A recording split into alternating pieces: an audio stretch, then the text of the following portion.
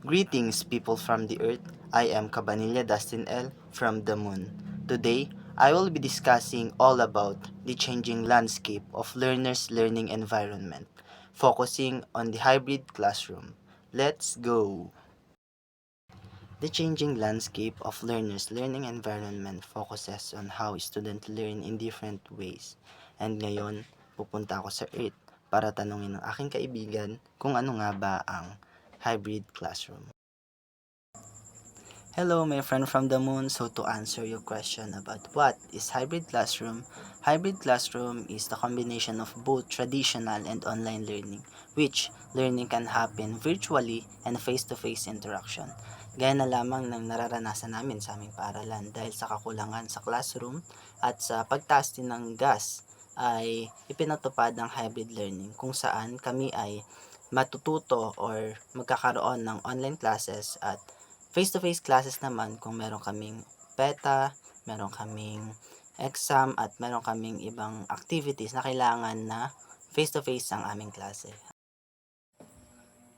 Thank you, my friend, for answering my question, and that is right. Hybrid classroom is a combination of both face-to-face learning and online learning. This means a student can learn inside the classroom and through different online platforms such as the Zoom and the Google Meet.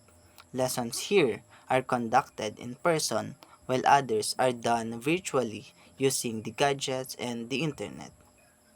This type of learning is very common during our pandemic era and also because of lack of classroom and other infrastructures, and schools continue to use it because it offers flexibility and allow learners to learn even when they are not physically present in school. And now let's talk about the advantages of hybrid classroom. So first we have the flexible learning. Kaya siya tinawag na flexible learning is learning can happen in different ways. Kaya na lang kung nasa school or nasa bahay ang mga bata, ang kanilang pagkatuto ay patuloy. So pangalawa, it promotes independent learning. So sinasabi naman dito na student can learn independently or natututo sila sa sarili nilang paraan na kahit hindi sila gabayan ng kanilang mga guro.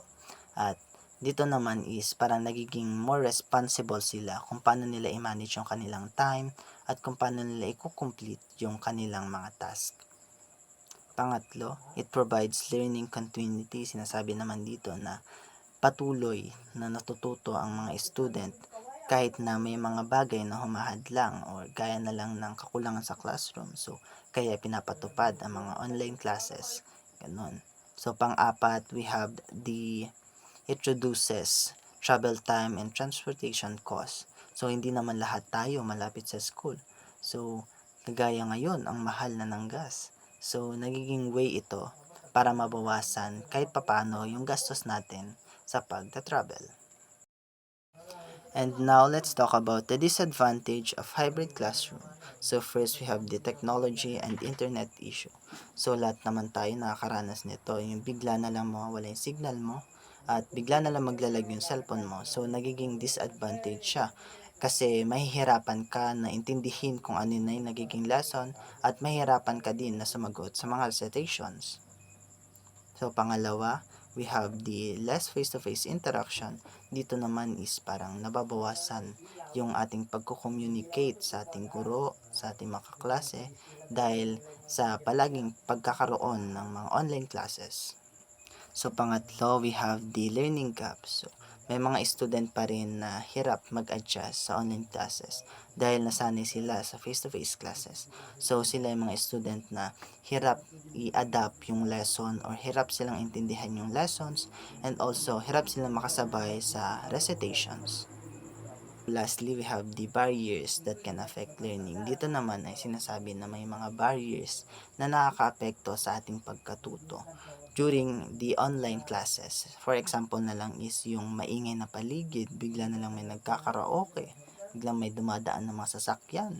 So, hindi mo naintindihan kung ano na yung sinasabi ng iyong teacher.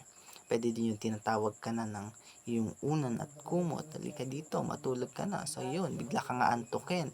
Pwede din bigla ka na lang antukin dahil naboboring ka or dahil mahinhin magsalita ang iyong teacher, ganun. So in conclusion, hybrid classroom is a combination of both traditional and online learning, and it also comes with a challenge that requires proper planning, reliable technology, and active participation from both the teachers and the students. So thank you for listening and have a great day.